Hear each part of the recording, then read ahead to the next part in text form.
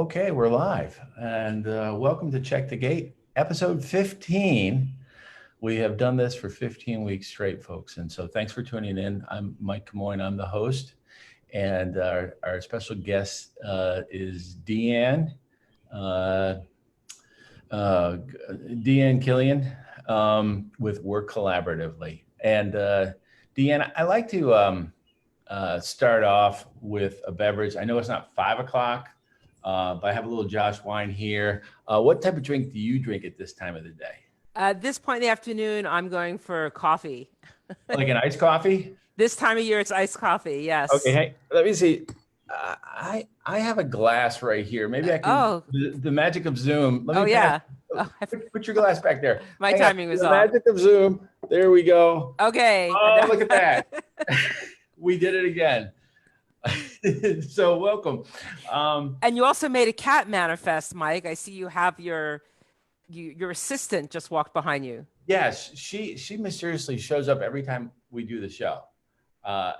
She actually is a movie cat on the set of As You Are, which went on to win the special jury prize at Sundance. She was in a scene that got cut, but we kept the cat, and so we call her hero. She's the hero. Well, I love Mike. She got cut. Her scene got cut, but now she persists in turning up each time you're doing this live. She wants her scene back. She A prima donna.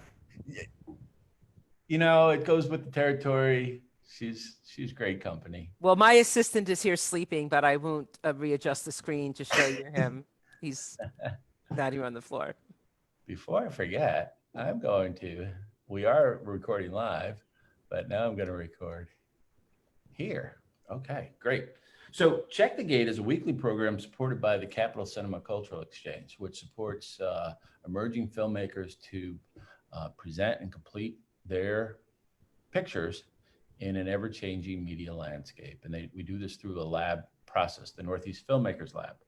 Our sponsors include Price Chopper, Market 32, in your neighborhood, Albany Wine and Dines, Festival for the Arts, Josh Seller Wines, joshsellers.com, Crew Me Up, connect, create, and collaborate, crewmeup.com, filmalbany.com, which, by the way, some good news, we're entering phase 4, which means we're allowed to open up and begin filmmaking through various COVID specials.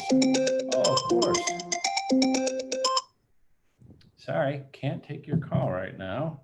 Yayflix.com, Toronto, and East to Western Productions, easttowestern.com. This is our final episode of season 1.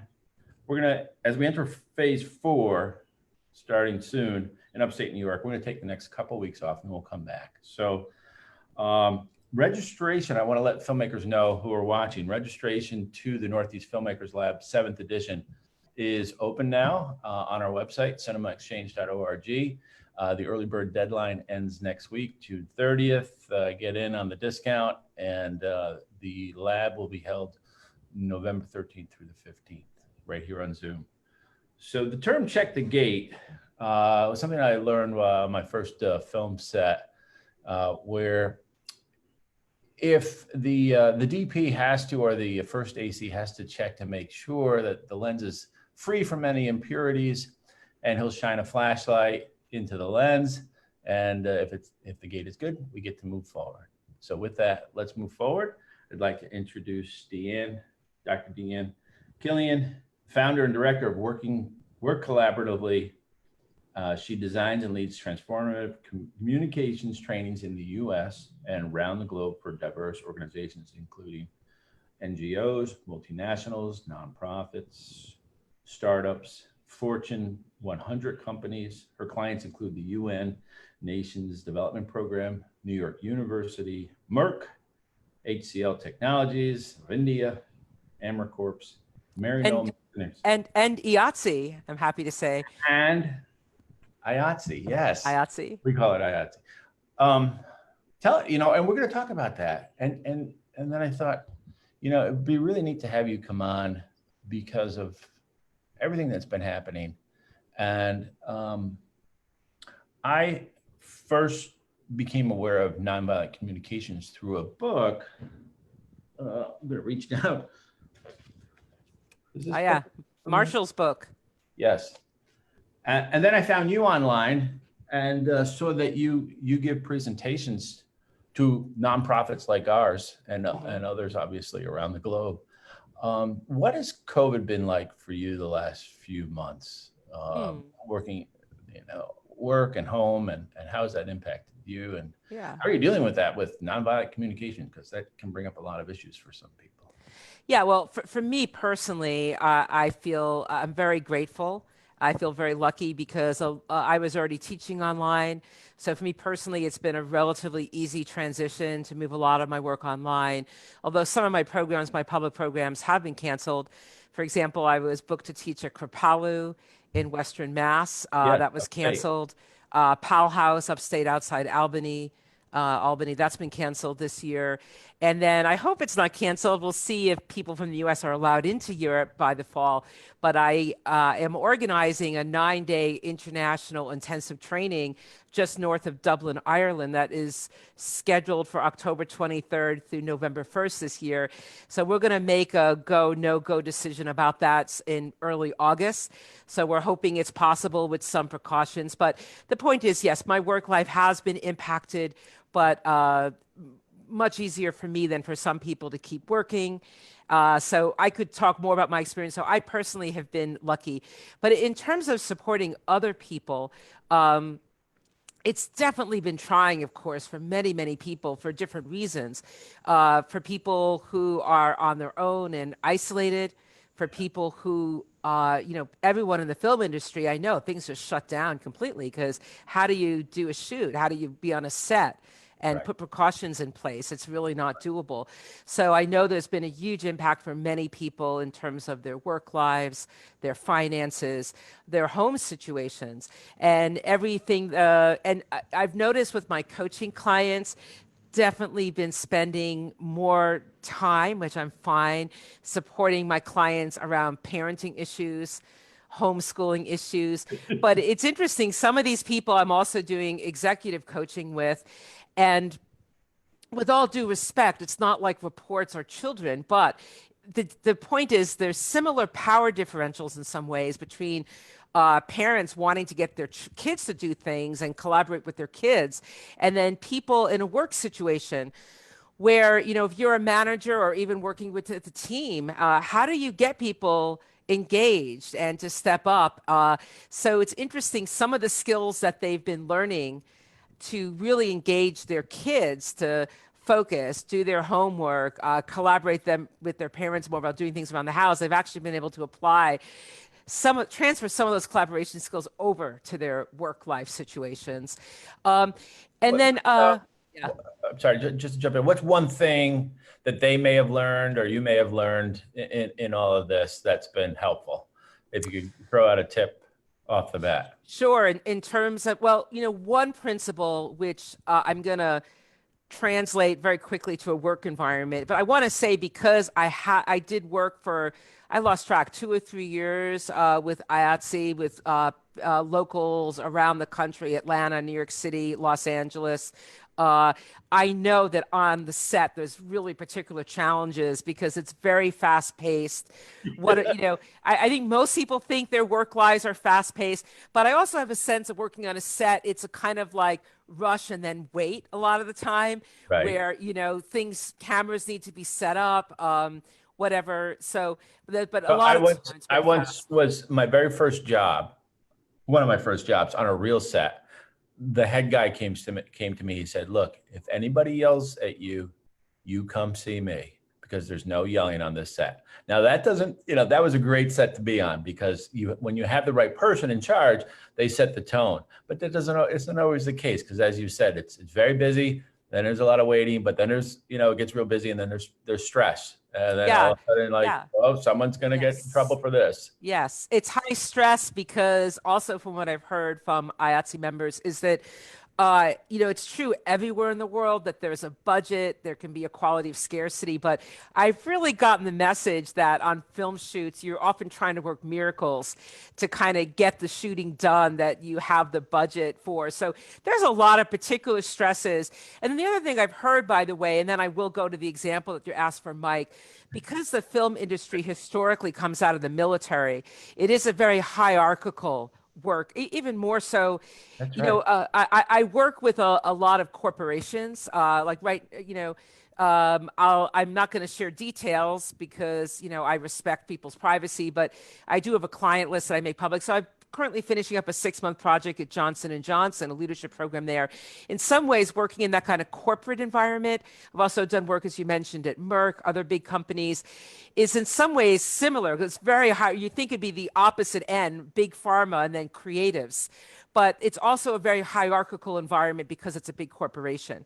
Okay. But my point is, in those environments, it becomes even more challenging in many ways to collaborate and communicate effectively because there's such clear power differentials, such clear pecking order. So just wanted to name that. These are some of the challenges that I've heard.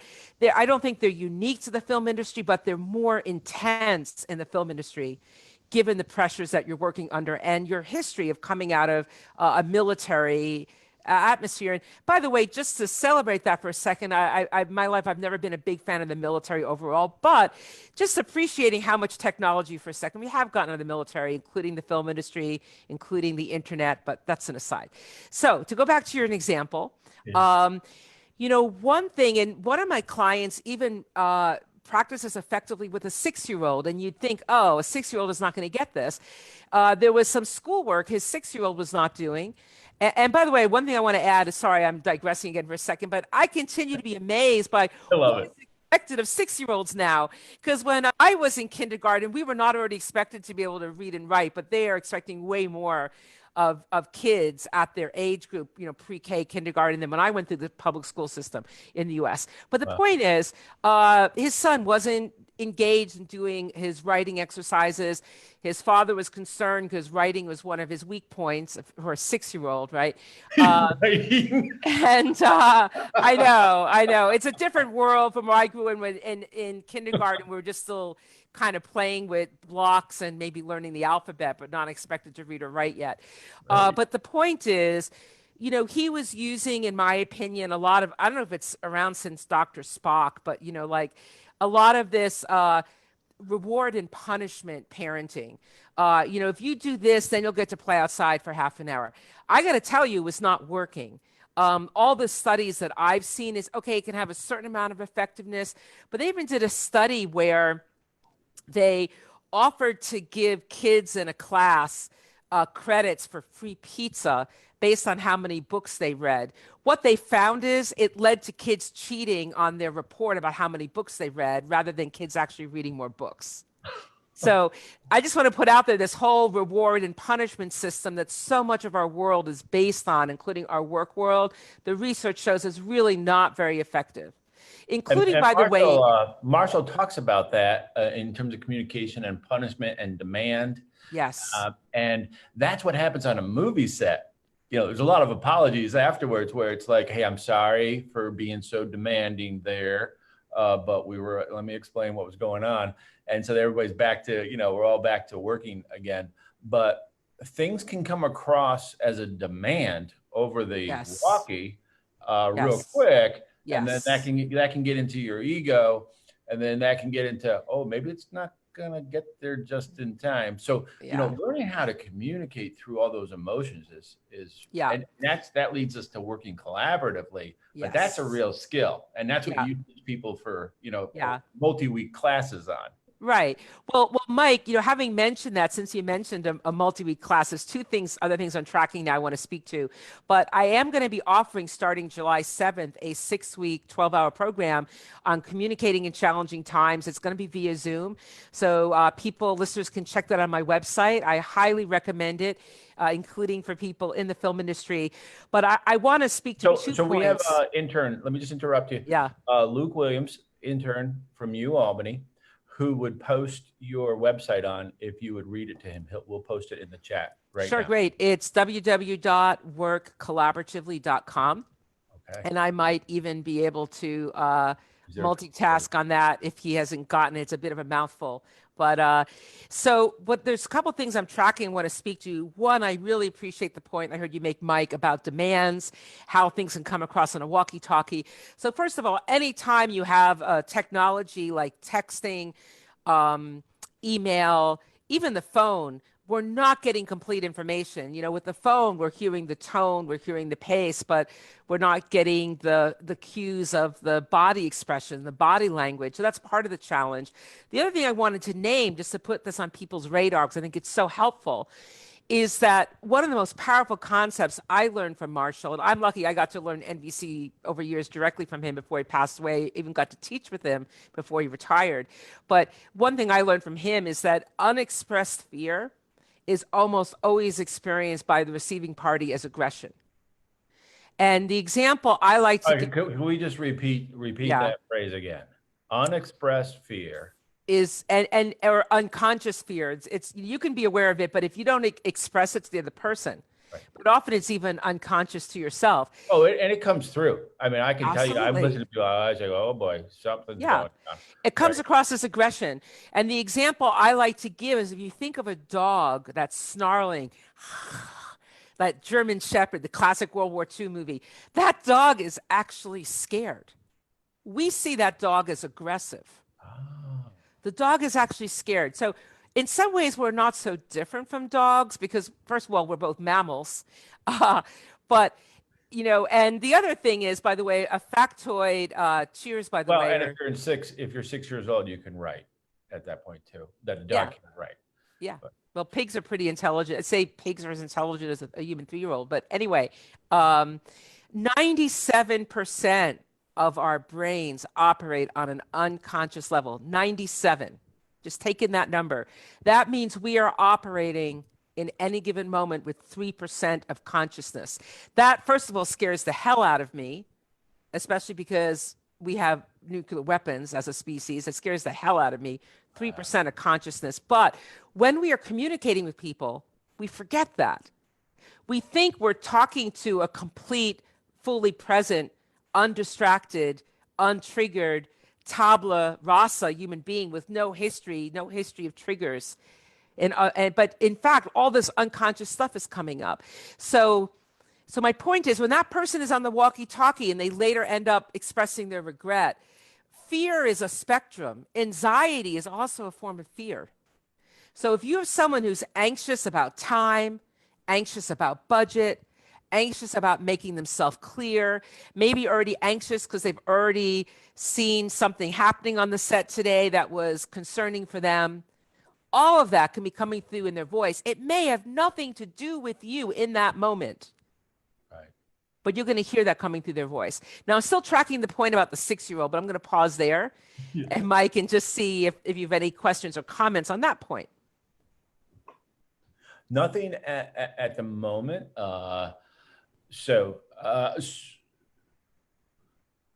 do have a question here, and we're kind of leading into it. What communication challenges, when they come up, how do you start to diffuse those? You talked about not knowing people's triggers, and I think that's perhaps a fascinating Well, place. a lot of us, in my opinion, don't even know our own triggers Right, right.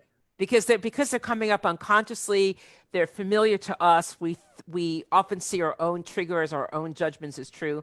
But first, because I started the story about the 6-year-old, let me complete on that one, and then if you're okay, then I'll answer this question Sure. because it is a nice parallel to work situations as well. What I said to this person is that rather than reward and punishment, I asked him, why do you want your son to do his writing homework? Why do you want his penmanship to improve? And he said, well, he's already talking about wanting to be an astronaut. And if he's going to be an astronaut and have those choices in life, he needs to know how to be able to read and write. So really, it's not about, because sometimes with parents and also with managers, it could easily to get confused with what is your real objective for someone doing something, and it can get quickly mixed with respect, for example, being heard, kind of old school parenting. It's like, I told you to do it now. Why? I'm your father. rather than, I want you to have choice and opportunity in life. I want you to get to achieve on all the dreams, even now that I hear you talking about when you're 6 years old.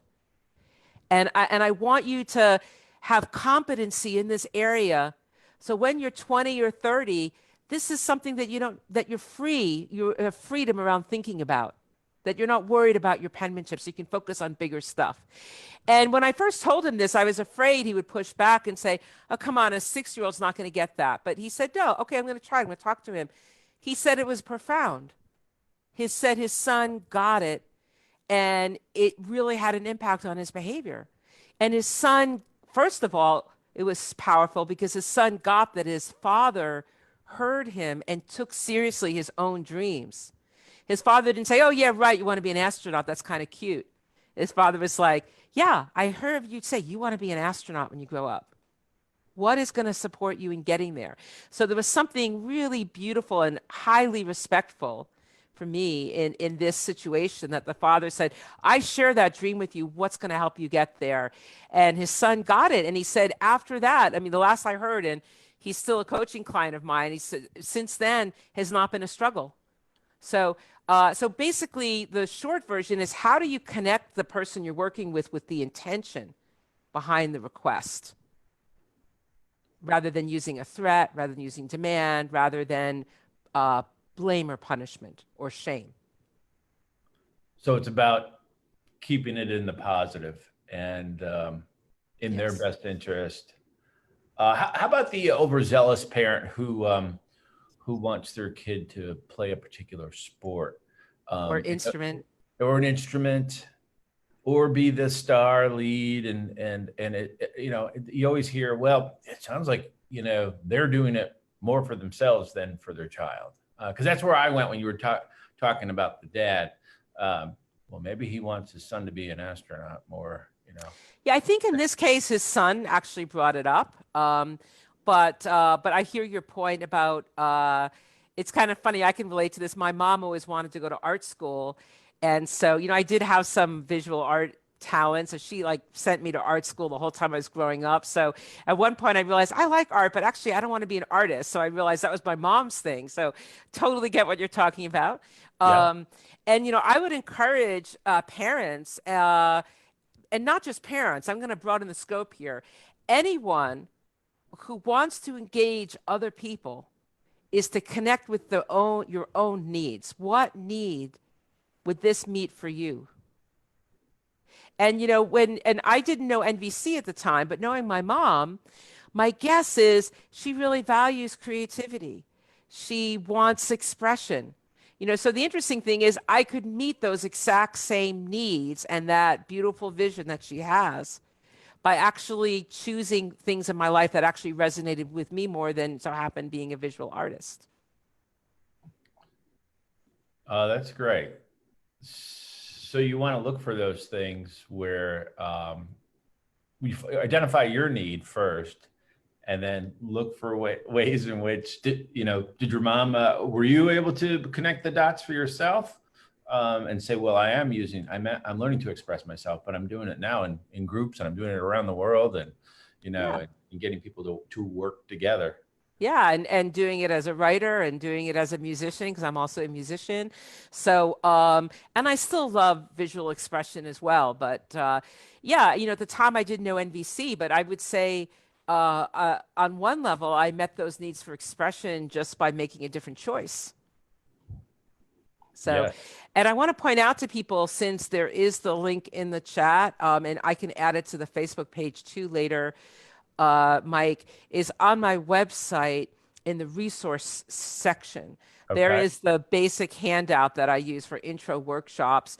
And in that handout, there is a list of feelings and a list of needs that we use commonly in nonviolent communication. I prefer to call it collaborative communication. That's why I call my company Work Collaboratively, just because I do work a lot with organizations and companies. And I found nonviolent communication can be confusing for people, especially in a work setting. But there is those standard lists that we use. So you can download that on my website.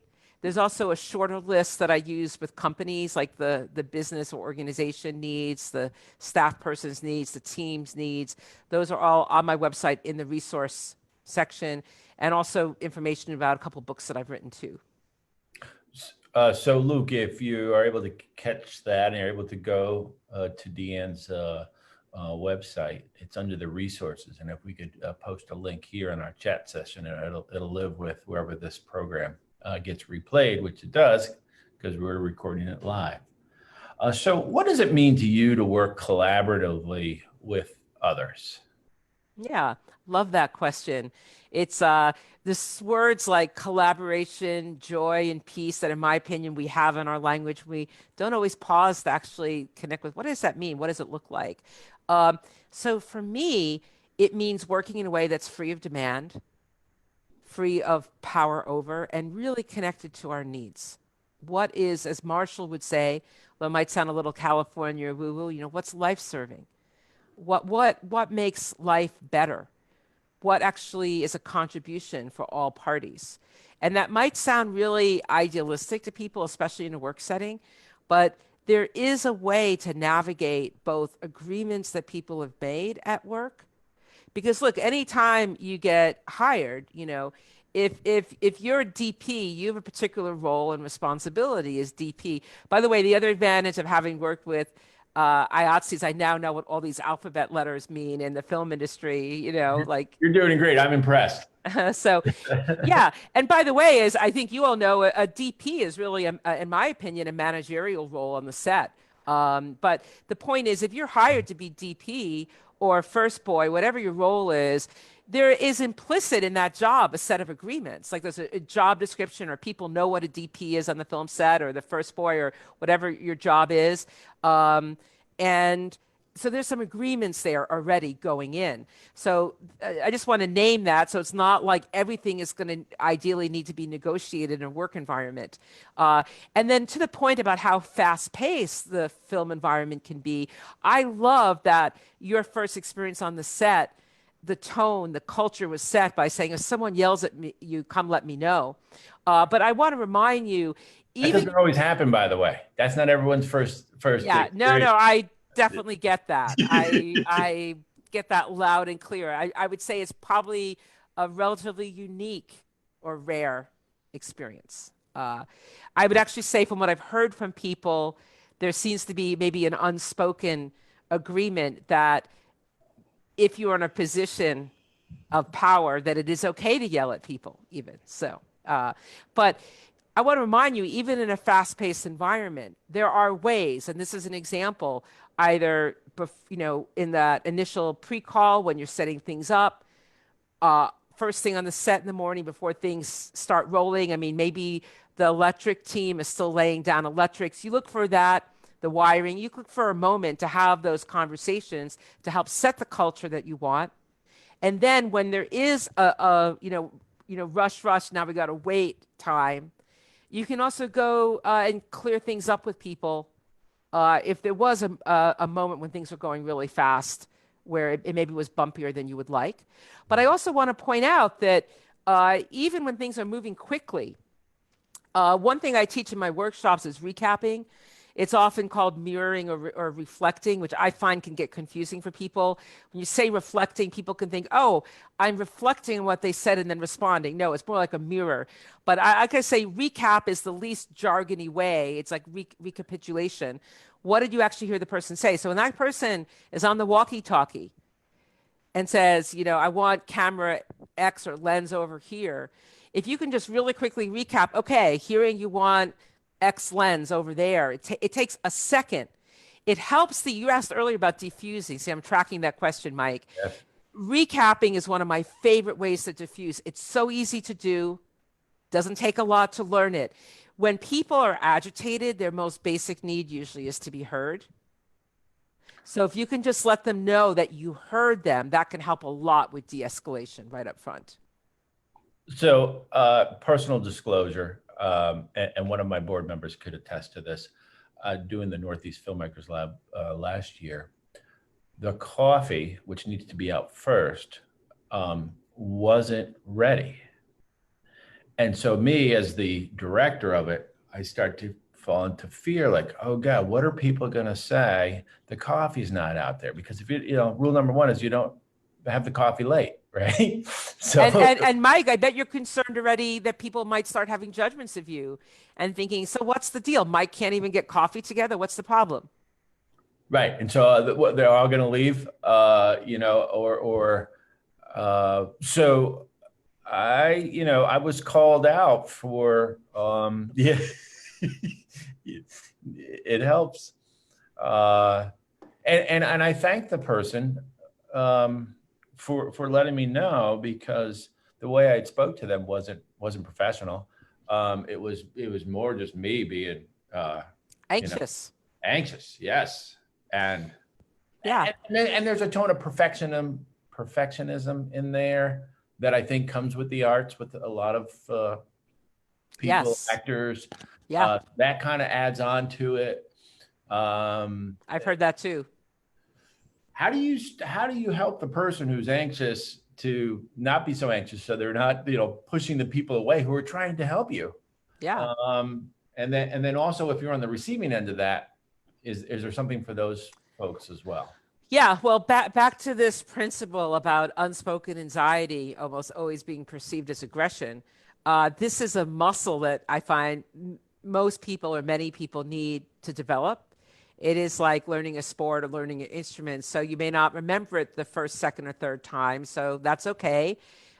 You will, if you continue to practice it, you will retain it. But my point is, when you hear someone raise their voice, they start to speak more quickly, their pace increases, they change their language. If you notice, I love using my body as a tuning fork. If I start to retract, if I start to cringe, that is a real sign that some way I'm getting triggered by what I'm hearing the other person say. So that is an indication for me, okay, this is a good time to recap. This is a good time to maybe make an empathy guess. And what we mean by an empathy guess in nonviolent communication is silently or out loud. So I want to emphasize you can do it silently too. Is guessing what the person is feeling and what needs are up for them. Now that goes a long way to diffusing. The feelings is more like a pointer to the needs. If you just stay in the feelings, you get stuck in that swamp, you're not going to get any real movement or relief. But often the feelings, like someone says, yeah, I'm really discouraged. Yeah, Kieran, you want some hope. I'm really frustrated how long this is taking. Yeah, you want some movement forward. I can't believe they gave me the wrong lens. So yeah, it sounds like this is shocking and disturbing for you and you're looking for competency. What I find is fascinating is it seems to me from experience, years of practicing this, that our bodies do not actually know the difference between hearing the need and the need actually being met. So I don't know if you noticed, Mike, even when I was mentioning some of these needs, like competency, moving forward, being heard, shared reality. I notice in my own body, just sharing it, my whole system starts to calm down. I just notice you're taking a breath. So I ask people in trainings, when do you think you're going to have the better conversation? When we're like this, the blood's not flowing, we're clenching, we're triggered, or when we've been invited to connect to what matters to us and our needs, our systems can relax a little bit, and then we're going to make more effective decisions. We're going to be able to collaborate more effectively. In my original situation, I'm a new guy on set. So I'm the least competent person there, who they're actually going to be relying on to help out in a key moment. So it can become a challenge if you don't have this skill set. Yeah. Because the first, like you mentioned, is like, oh God, I'm dealing with an incompetent person, or at least an untrained person, or a beginner. Oh my God, can't we, why did you bring me the wrong lens?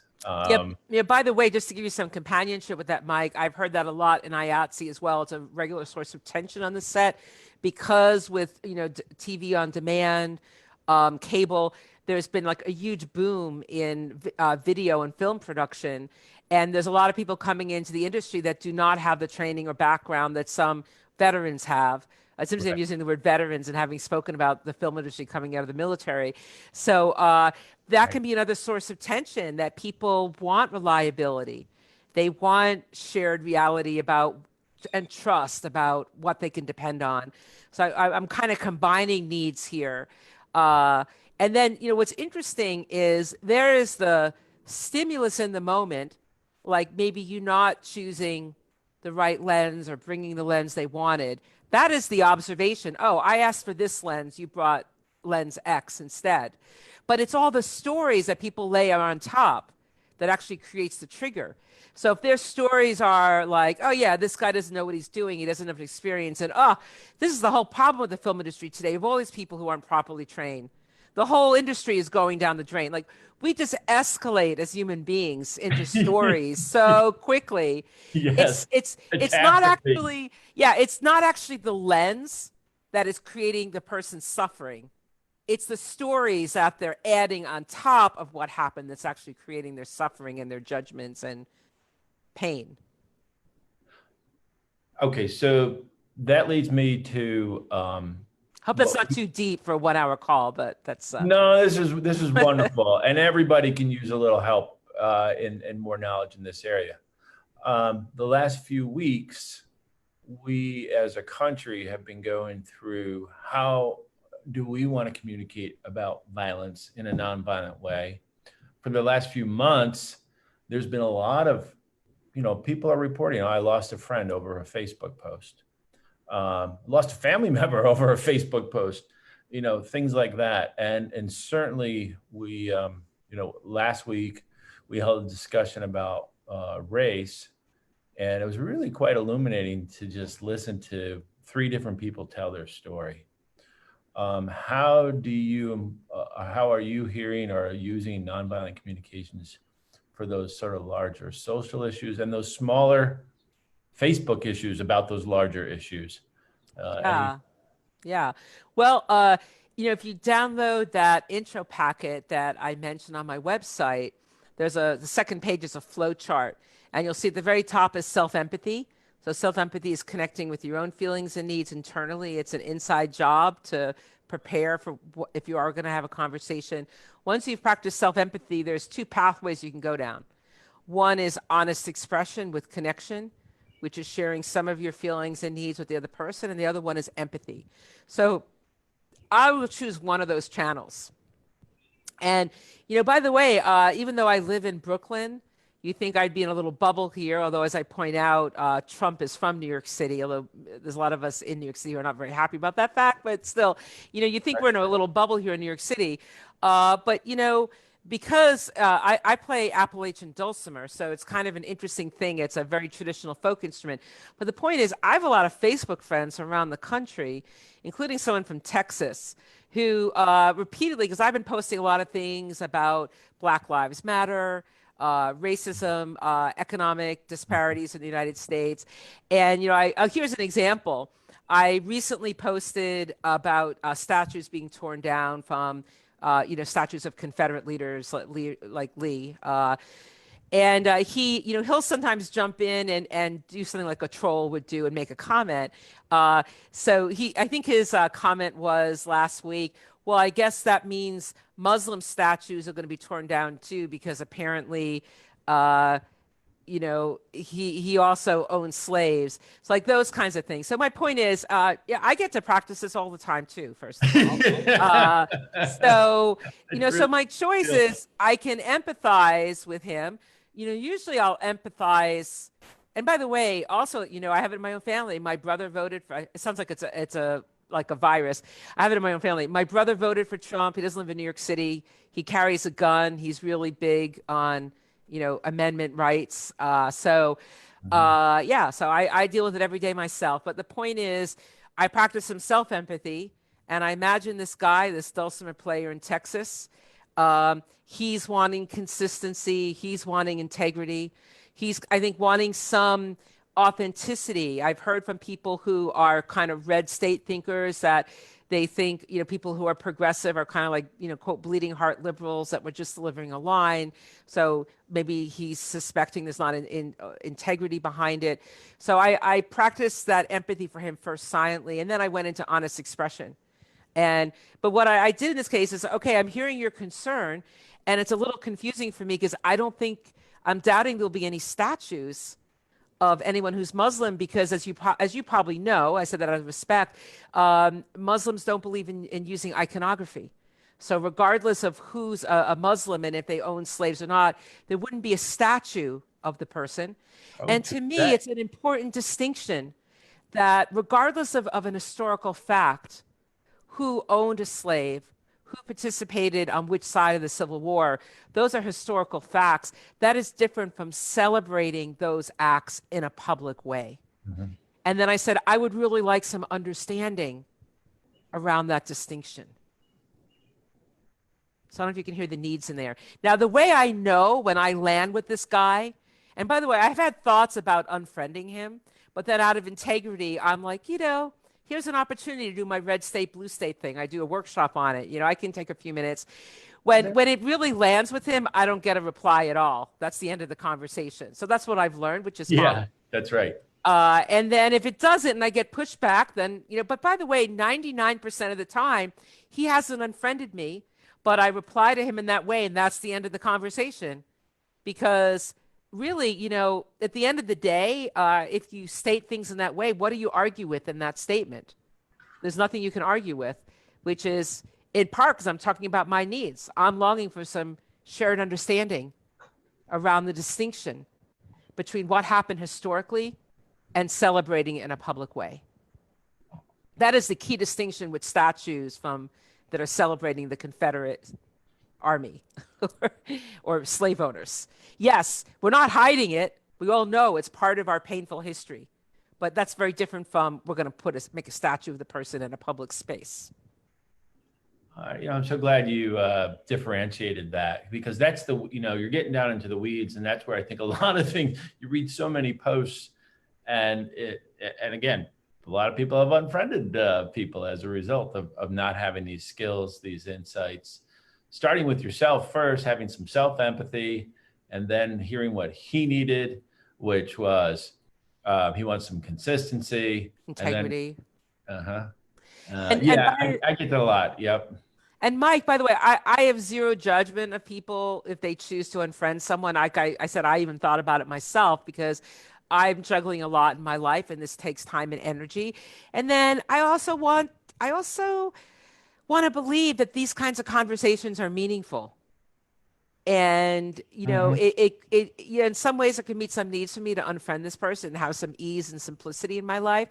And then am I going to be volunteering to take a bus down to Texas and knocking on people's doors? Probably not. So this is my way to have some dialogue and make that. And it's a choice I'm making. I'm not judging anyone who makes a different choice, but I do see it as an opportunity for some connection and shared understanding. And oh my goodness, in my opinion, we need it in our country right now. Absolutely. So segueing from there, and you mentioned a couple of different types of trainings that you do. Can you talk a little bit more about the different types of trainings you offer, how it might work for, say, if you were to come and talk to the folks up in here in Albany and, one of the departments here, the Film Commission, or some of the other nonprofits that are up here? What's the sort of the menu of different trainings that you do? Well, I do offer evening intros, and in fact, I have one coming up July 8th. It's also on my website, and it's on how to cool down in a hot situation. It's being co-sponsored by Out Professionals, which is a networking group here based in New York City. So if you're interested, and in those intros, when I have 90 minutes, doesn't always happen, and ideally, my workshops are very experiential and hands-on. So rather than, we've done talking about it in this call, which is fine, Mike. I've really enjoyed talking with you. I love the questions you've asked. And in the workshop, I set up a series of experiments. So the first experiment I like to set up is for people to experience self-empathy. then hopefully we have time for them to experiment with empathizing with the other person. So we can usually get through those 2 experiments in a 90-minute intro. So that raises awareness. It doesn't give people the actual capacity to practice. That actually, and we touch on 2 of the 4 core steps. My ideal with an organization is to have ideally 2 days for a 2-day immersion, a minimum of a day, because then we really get to practice and start putting it together. We get to start practicing things like recapping, which is a form of observation, and starting to blend those skills of self-empathy, which I also call in a work setting self-management. It really is managing your own reactions, your own internal responses, blending with the recapping, which is a form of observation, empathizing with the others. And there's 4 basic steps in NVC. And again, this is in that handout that you can get on my website. And by the way, if you want, when you're at my website, I send out a blog every 2 weeks. It's pretty popular with people. I can say, I just got feedback from someone this week how much they enjoy my blog. So that's free. You can sign up for that blog. Comes out every 2 weeks. The mailing list sign up is on my website. But you can also get that handout. But the point is, there's 4 basic steps in nonviolent communication. And that's one thing I love about it. It offers me a roadmap. So no matter where I am in any challenging conversation, I can pause and just check, okay, where am I in this process? What would be helpful right now? So the 4 basic steps is an observation, noticing what your visceral response is, free of judgment, which is I call a feeling, noticing what's driving it, which is the need, free of strategy, and then to make a request that's free of demand. Now, each of these 4 steps has a very important key distinction. So when we have a 2-day immersion, we get to learn about the key distinctions, how to look for them, and they're really important. Let me take one of them as an example, the feeling step. The feeling step, we want it to be free of judgment. And in English and other languages, it's really easy to use what we call in NVC a faux feeling or a feeling mixed with judgment in that step. So, for example, in English, they often end in en or ed, because for anyone on the call who's into grammar, it's basically a past participle. It's like taking a verb and turning it into an adjective. So, for example, I feel misunderstood.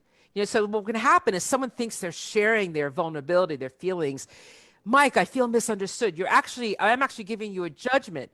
What it really means is you have misunderstood me. Yeah. That is really different from, wow, I'm really feeling frustrated right now. Having a need for shared reality, being on the same page, being heard. So this is why it's so important to understand these key distinctions. The 4 steps on one level are easy.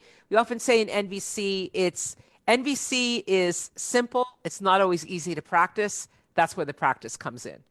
But it's like learning a sport or a language or an instrument.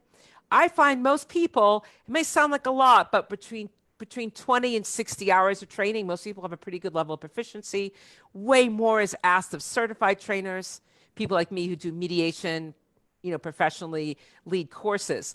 But an average person who just wants to make use of it every day, most people 60 hours, which isn't really that much in my opinion, you can become pretty proficient with it.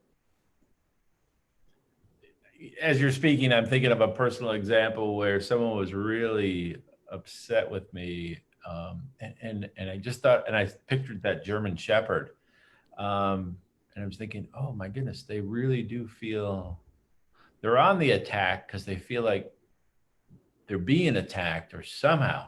They're nervous, they're insecure, they're scared, they're anxious about something, and I don't know what that is. It just seems over the top. Well, by the way, Mike, I find when people are, quote, defensive, they usually have a need up themselves for understanding. What we call defensiveness is people explaining themselves, explaining what happened. Well, I did this because you said that, and based on that, and then we usually push back and say, I don't want to hear excuses. You're the one who screwed this up. Take responsibility for it. Both people have a need for understanding, which goes to another NVC concept at the risk of overwhelming you in this short time frame with loads of NVC concepts of empathy before education. So if I hadn't drunk this much coffee already and my iced coffee was full, and if I hadn't drunk this can of kombucha, I'm not sure I want to mix coffee with kombucha, but just for illustration purposes. And I started to pour the kombucha into my coffee. We all know it's a law of physics. It's going to overflow. There's not space. So when both people have a need to be heard, I can't believe you said that. Well, of course I did. You remember what you said? We're in this kind of energy. So how can you practice self-empathy so that you have space to hear the other person so we can shift this kind of energy to this kind of energy? That's key. Yeah. I mean, that's okay. So here's my next question. What's the cost benefit of this? And what's the cost if you don't have this? I mean, do you ever measure that on a business level of what it's costing businesses and small corporations? You know, obviously they're interested in what you have to share with them. Yeah. Well, if people are interested in this subject, there actually is also in that resource section uh, a, a link on, I think it's called Business Impact or Business Results of NVC. How about that? That's awesome. And what happened is I did work with Merck probably over 3 or 4 years. The first round of training, they were so impressed with the impact. They came to me and they said, Dian, we want you to train another team. This time we want to do a study. We're going to use our in-house department that does tests for the FDA. So they usually test drugs, they got a behavioral psychologist involved. We want to do an assessment on the impact of the next round of training. So I want you to know they didn't put a monetary amount in there, but the results were off the chart. I mean, I know this work is high impact. I make a joke with people and I say, if you're going to sell snake oil, make sure it's a really good snake oil. So I know this is a really good snake oil. But every single parameter, what they did with this study is they looked at their objectives for the next round of training. Things they wanted to boost, like morale, teamwork, cooperation, goodwill, trust. They had a whole list of things they were looking for. There was a triple blind study. They did an assessment, a self-assessment. People also like kind of like a 360 assess the people in the program before they went through the training. Then after the training, the same assessment happened again. Every single parameter that Merck was interested in saw an increase between 70 and 100%. Wow. I don't think that's off the charts. I don't know any other training system that I know of can report those kinds of results. The other thing they reported, to your point, and I love that because the research also included a kind of numerical self-assessment and also like anecdotal. And in the interviews, numerous people commented on it seems like it's taking more time up front because you have a conversation up front that you might not normally take the time to have, but it saves so much time long run because you end up avoiding all of these problems later on. You have clarity up front, goodwill up front, engagement. Everyone said this is a really, really good return on investment, really smart investment. You know, the analogy I give, it happens in personal relationships, it happens in work relationships. Something happens, a little annoying, a little disappointing. You say, it's okay. We're on a deadline, or it's my boss. I don't want to say anything. Sweep it under the carpet. You keep walking over the carpet, not a problem. Well, if you keep doing that, eventually you're going to be tripping over the dirt that's accumulated there. So how do we keep open? I was going to say this too. I just finished a 6-month project with a company. It's what's winding up now. Like a lot of people, which I forgot to mention earlier when you're asking about the impact, Mike, of COVID, we have all had to pivot significantly, repeatedly in the last, I'm going to even bring it back to February when we're watching the news in China and some of us in the US thinking, this is probably coming our way and we're not ready for it. And other people thinking, isn't it great we're not dealing with this? And then a month later, we're dealing with it, especially in the tri-state area. So we've had to pivot again and again and again. This team has told me, numerous people on the team, they have had off the chart, this is different than Merck. The Merck study was done like 8 years ago. They have had off the chart success in pivoting their business. They attribute it to that they were doing this program during this time.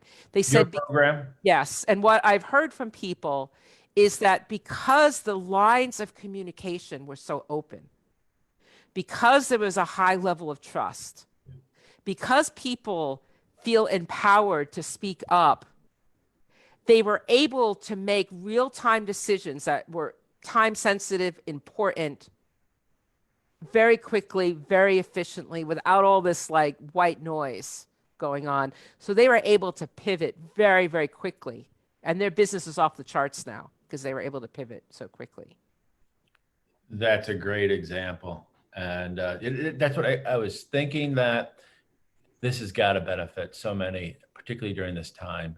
And great word. We used that early on the show here. You got to learn how to pivot during this time. And some people are, able to do that, and others aren't as much, but they're learning because they have to.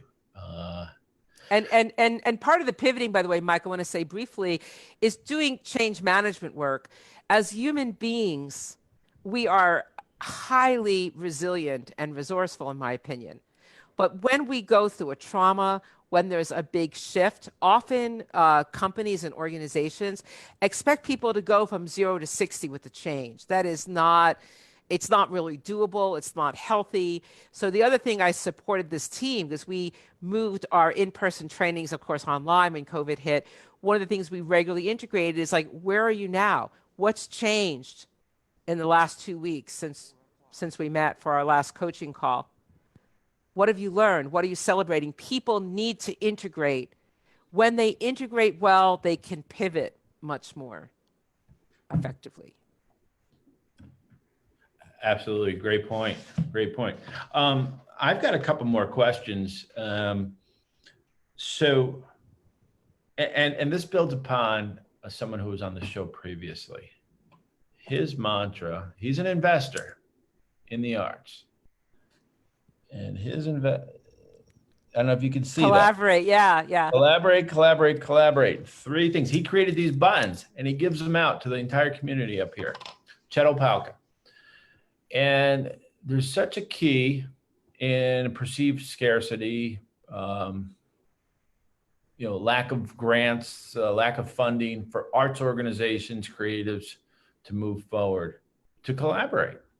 Which, by the way, is tragic. I mean, I don't know where this funding guy is, and I love his mantra. But I would like ask to the arts funders, how are you specifically funding collaboration? What are you doing to support collaboration in the arts? Because, if you want something to grow, you need to feed it. And that's a whole other story. But another thing I work with companies on is that, they have like, so in other words, yeah. if the investment community wants to see more collaboration amongst the arts organizations, they need to be taught how to do that. Yeah. Or that there's a grant where we want musicians and filmmakers to collaborate. We want to experiment more with what it's like to, even for people on a smaller budget, to have someone, choreograph music or dance specifically for this film. I'm just making this up, but so we're going to give a grant so that can happen. So, if you want something to happen, you need to actually water it. Yes. So, I mean, there's a real example that's taking place. This week is Cannes, where they moved it from May to June. And the reality is that movie theaters are just reopening. And the fear is that people won't be going to them. So the distributors have figured out a workaround to get to their customers. And there's this real fear that this new pathway where the end users, the consumers, will continue to go get those new movies from home and not get back into that routine of going out into the theaters. So there's this need of collaboration between the current theater owners, the distributors, to figure this thing out. Do we want to create winners and losers coming out of this, or do we want to sustain what we've had, which is this wonderful model of going to the movies? And it's a different experience when I've heard many people say this, when you get to experience something with other people, even though in the silence of a dark room, there's just a different experience than say watching it alone. And on a big screen. I mean, I don't care how big your flat screen TV is. It's Most people, unless they're like your Bill Gates, I don't know what he has in his house. That's not going to be what you get in a cinema. Right. But well, my hope is, by the way, this is an aside. I have nothing really to base this on, but each time there's been a lot of times there's been new technology. Like when TV was invented, I think the film industry was worried that movie theaters would go out of business, and now people do both. So my hope is that's what will happen in this case too. That there are people who love going to the cinema, they love the sociability of it, the community experience. They'll continue doing that, and there may be more people staying at home watching films, and hopefully it's going to increase the industry overall, and they can sell in both venues in a way that they weren't before, didn't see as possible. And they're finding out that people really want real content. They want to hear, real stories, and so some of those programs that were often overlooked are now becoming like, oh, you want that documentary. We don't want just this thing that blows up, and we want a story, and so those types of things are rising to the top. They're to meet the audience's real needs. So maybe there's some more listening going on on the programming Yeah. side of things. And their current needs. I mean, I would say the economic, social, civil unrest in the United States, the police brutality. It was important for me to name that because I was kind of cringing just saying social unrest. It's not like that's in a vacuum. So let's just name exactly what's happening. The police brutality in the United States, which is contributing to social and civil unrest. Where I think that we're in a time where people are really longing to be more engaged. And also because of the lockdown, people have had more time and bandwidth. I mean, that's a whole other analysis, but why now when there's been police brutality going on for decades that we now are able to address this? So that's part of a larger analysis, but. Well, I'd love to have you come back. I do have a couple more questions for you if you've got a few more minutes. Sure. I know we're running over time, but I've always tried to close with, if there's going to be a renaissance, we're going to come out of this and not go the wrong direction, which a few weeks ago, people were very much worried about that, and some people still are. What do we need to do from the arts front, from a collaboration front? What's missing right now in order to make that renaissance possible? Well, I love this question. It's not on some level an NVC question because I'm going to go really specifically to a strategy. But in my opinion, when we look at the social economic divides in the United States, a lot of it is economically driven and resource driven.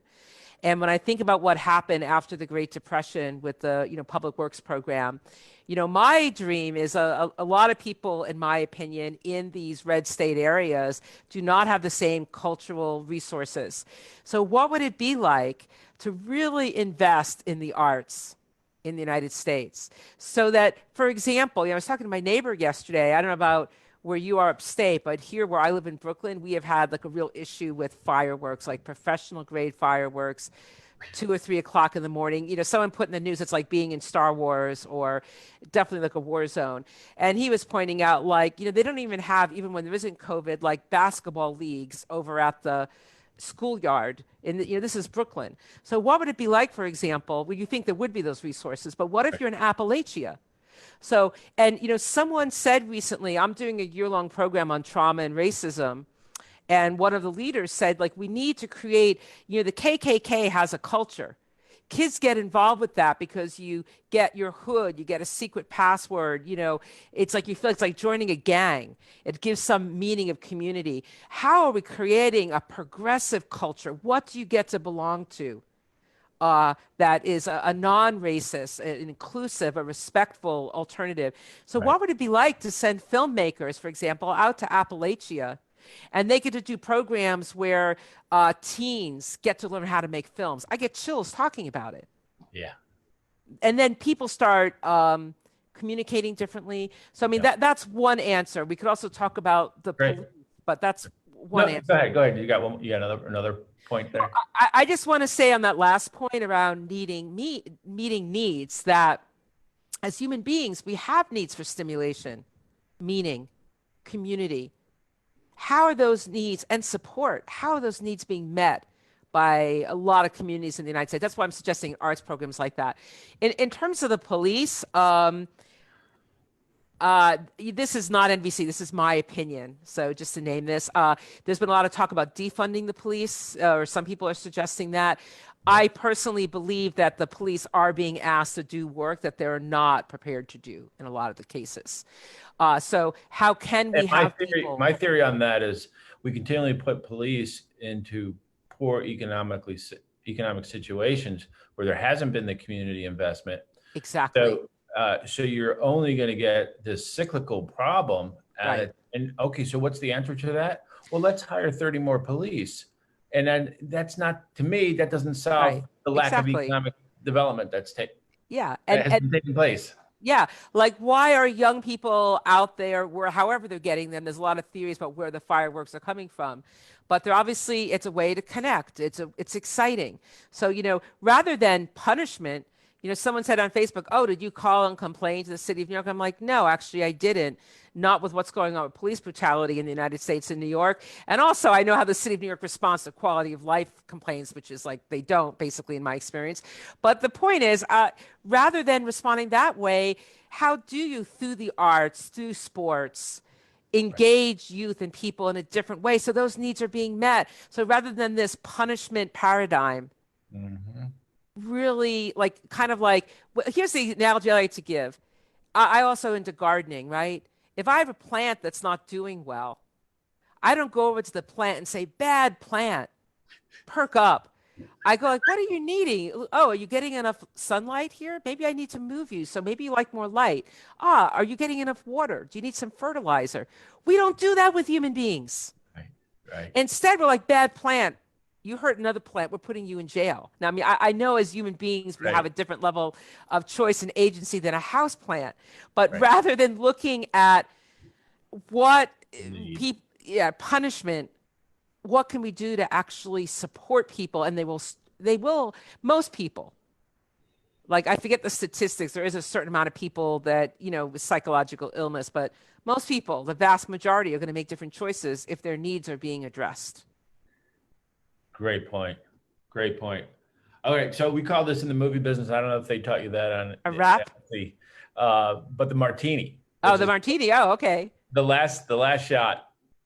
Um, Do you actually have a martini now that you had your bottle of wine out there, Mike? Or that comes after the show. okay. Well, there was National Martini Day, I think, on Friday. My wife mentioned that to me.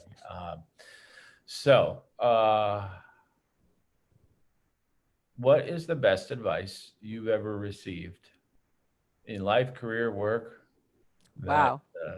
Do you ask everybody the same question? I do, and it could be from a parent. It could be, just the best advice you've ever received, and who it came from.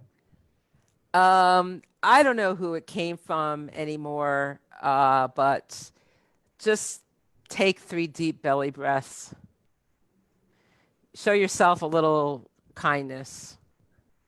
It's actually a line from one of the songs I wrote called Love Harder, is I want to touch my own cheek with human kindness. So how can you find a way to touch your own cheek with human kindness? That's great. I love it. Yeah, we need to do more of that self-empathy. It starts with us and treating ourselves, like decent human beings rather than just punishing ourselves as if we're going to get something more out of that. Like that poor house plant. Yeah. Yeah. So, again, how can folks stay in touch with you? I mean, I just feel like this is part one. There's so much more that we can talk about. And I love the fact that you brought so much directly back to the motion picture industry. I do know this is going to be helpful because I'm already hearing from people who are on sets that have all these new COVID regulations, and it's actually causing things to go slower. And there's actually, once you go slower, the money's going out the window. And so the stress level. So more stress. Yeah. So we're all going to need to learn more about the work that you do. So I'm looking forward to promoting you and making sure people in upstate New York are aware of what you're doing. So at my website, you can find upcoming events. As I mentioned, there's a evening intro coming up with Out Professionals on July 8th, cooling down a hot situation. And then July 9th, this 6-week, 12-hour program is starting, and you get a recording, so it's great if you can join it live. But if you're not able to join it live, you can watch the recording later, and there's other materials. So I recommend those, and to join my mailing list so you get my blog every 2 weeks. I also have podcasts on my website. And you can hear about other upcoming events that I'll be offering online and hopefully sometime again in person. Dian, it was great having you, and I hope to see you in person soon at one of your trainings personally. So thank you for your time today, and thank you for your expertise. Thanks also to our co-producer, Eric Volweiler, our publicist, Tammy Reese, and behind the scenes, student intern, Great Dane from UAlbany, Luke Williams. If your business would like to sponsor future episodes, maybe you can't do it now, yet a year from now, donate cinemaexchange.org/donate. Yes, thank you. Folks, enjoy Josh Wines. Be well, stay healthy, stay connected, work collaboratively. I'm Mike Camoin for Check the Gate. Our gate is good. Let's move on, people. Thanks, Mike. Thanks, Dian.